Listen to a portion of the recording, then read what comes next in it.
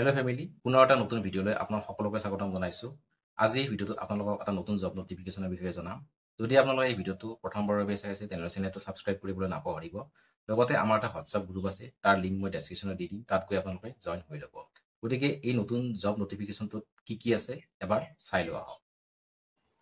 Electricity department recruitment 2025। ইয়াত আপোনালোকৰ কোৱালিফিকেশ্যনটো লাগিব 12 পাছ হ'লে আপোনালোকে ইয়াত এপ্লাই কৰিব পাৰিব।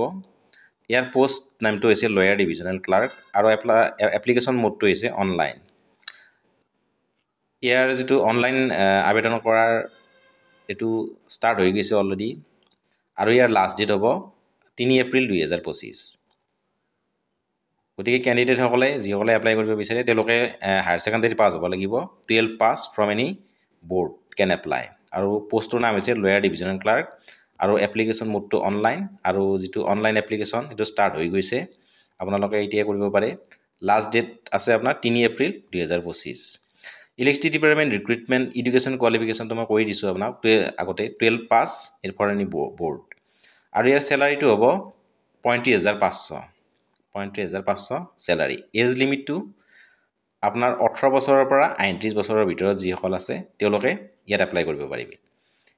Age relaxation is applicable as per rule. ইয়াৰ ৰিক্ৰুইটমেণ্টৰ চিলেকশ্যন প্ৰচেছটো লিখিত পৰীক্ষা হ'ব, গতিকে আপোনালোকে লিখিত পৰীক্ষাত অৱতীৰ্ণ হ'ব লাগিব। ইয়াত ফিজটো কি লাগিব? জেনেৰেল আৰু OBC কেণ্ডিডেটে 600 টকা দিব লাগিব, SC ST কেণ্ডিডেটে 300 টকা আৰু আপোনালোকে এইটো অনলাইনে কৰিব লাগিব। গতিকে ইয়াত জেনেৰেল আৰু OBC কেণ্ডিডেটে 600 টকা দিব লাগিব আৰু SC ST কেণ্ডিডেটে 300 টকা দিব লাগিব।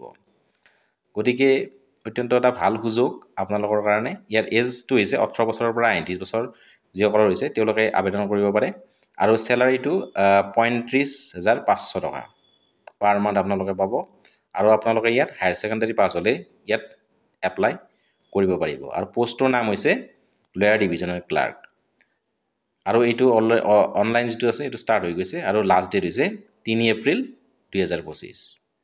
গতিকে আজিলৈ ইমানেই, ধন্যবাদ।